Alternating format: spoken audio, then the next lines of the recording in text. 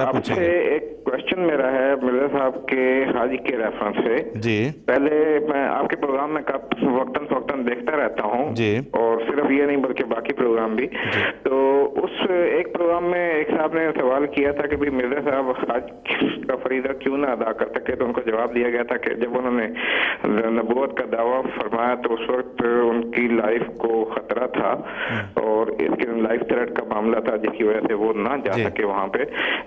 इसी तरह आपके टीवी के एक और प्रोग्राम में मैंने देखा था कि जिसमें ये बताया गया था कि मिर्जा साहब ने सऊदी गवर्नमेंट के साथ उनके काफी अच्छे रिलेशनशिप थे। उन्होंने उनको बशारत दी थी कि भाई आपके मुल्क में बहुत ज्यादा तेल की दौलत है। जब उनके सऊदी गवर्नमेंट के साथ इतने अच्छे रिलेशनशिप थे तो उसके रेफरेंस से फिर उनको क्या मुश्किल थी कि वो हज का फरीदा अदा ना कर पाए?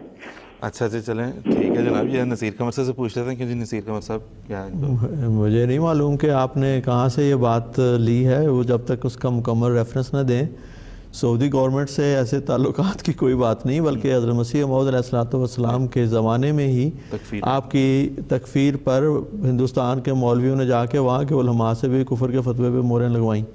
बिल्कुल। और हजूर मसीह मौऊद अलैहिस्सलाम ने ख़ुद इस बात का जवाब दिया हुआ है कि ये जो कुरानी शर्त है हज के लिए वो पूरी नहीं हो रही जी। और रास्ते का अमन नहीं है, इस वजह से आप हज पे तशरीफ़ नहीं ले जा सके।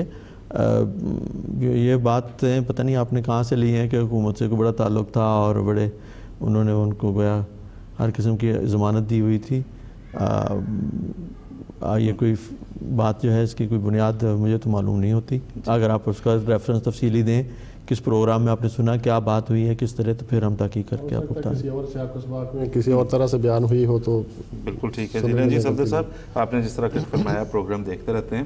हेलो जी जी जी सफदर साहब जी, मैं आपसे यार ये कर रहा हूँ कि मैंने आपका आज से तकरीबन कुछ 4-5 महीने पहले जब आपका ये राह-ए-हुदा प्रोग्राम स्टार्ट नहीं हुआ था, या उससे भी कुछ अर्सा पहले की बात है कि उस वक्त मैं आपके प्रोग्राम काफी क्लोजली वॉच करता हूँ और खासतौर पर रात को, क्योंकि दिन में मैं फुल टाइम वर्कर हूँ। तो उस वक्त एक प्रोग्राम में कुछ साहिबान थे, मैं उनके नाम मुझे याद नहीं है गलती से। ठीक है, इस तरह ठीक है सफदर साहब, ठीक है, जज़ाकल्लाह, शुक्रिया। असल में इस तरह कोई भी बात करना मुनासिब नहीं होगा, क्योंकि जो बात आप कह रहे हैं ये यकीनन किसी और कॉन्टेक्स्ट में है, क्योंकि आप दावे के साथ कह रहे हैं कि ऐसी कोई बात हमारे टेलीविज़न पे हुई है। हम ये जानते हैं, जिस तरह भी नसीर कमर साहब ने बताया, कि सऊदी अरबिया के साथ जितने ताल्लुकात का हमें इल्म है वो ये है कि हज़रत मसीह मौऊद अलैहिस्सलाम ने जहाँ जब एहयाए दीन की कोशिशें फरमाईं तो अरबों को ख़ास तौर पे मुखातिब करके उन्हें भी दीन इस्लाम की सही और असली और सच्ची तालीम की तरफ दावत दी।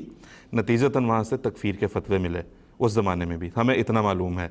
तो अगर कुछ इसका आपको पता चल सके कौन सा प्रोग्राम है तो शायद फिर इस पर मज़ीद भी बात की जा सके। जी नसीर साहब को शायद गलती ये लगी हो कि हज़रत चौधरी ज़फ़रुल्लाह खान साहब ने आलम अरब की जो अज़ीमुशान खिदमात सरअंजाम दी और मुसलमानान ने फ़लस्तीन के लिए और दूसरे अरब मुल्कों की आज़ादी के लिए जो जद्दोजहद फरमाई, उसके नतीजे में जब आप पाकिस्तान के वज़ीर ख़ारजा भी थे तो सऊदी अरब के जो हुक्मरान थे वो इसकी बड़ी दिल से कदर करते थे और उन्होंने आपको दावत भी दी और चौधरी ज़फ़रुल्लाह खान साहब ने हज किया था और आपको उन्होंने बड़े एजाज़ भी बख्शा। ये बाद में आके फिर हालात बदल गए, लेकिन एक वक्त तक वो तारीख़ में भी वो मौजूद हैं बातें कि मुसलमानान अरब जो हैं वो अल्लाह के फजल से जमात अहमदिया की इस्लामी खिदमात को बड़ी कदर से और तहसीन से देखते थे, लेकिन फिर फितना अंगेज़ियाँ बढ़ गईं और जमात के लिए और बहुत सारी मुश्किलात पैदा कर दी गई। जी महीद अहमद साहब जी ने भी हज किया था और नबी अलैहिस्सलाम की तरफ से भी, चूँकि वो रस्ते का अमन दस्तयाब नहीं था, मुयसर नहीं था, तो हुजूर की तरफ से फिर हज बदल करवाया गया था। जी ठीक है, बहुत बहुत शुक्रिया, जज़ाकल्लाह।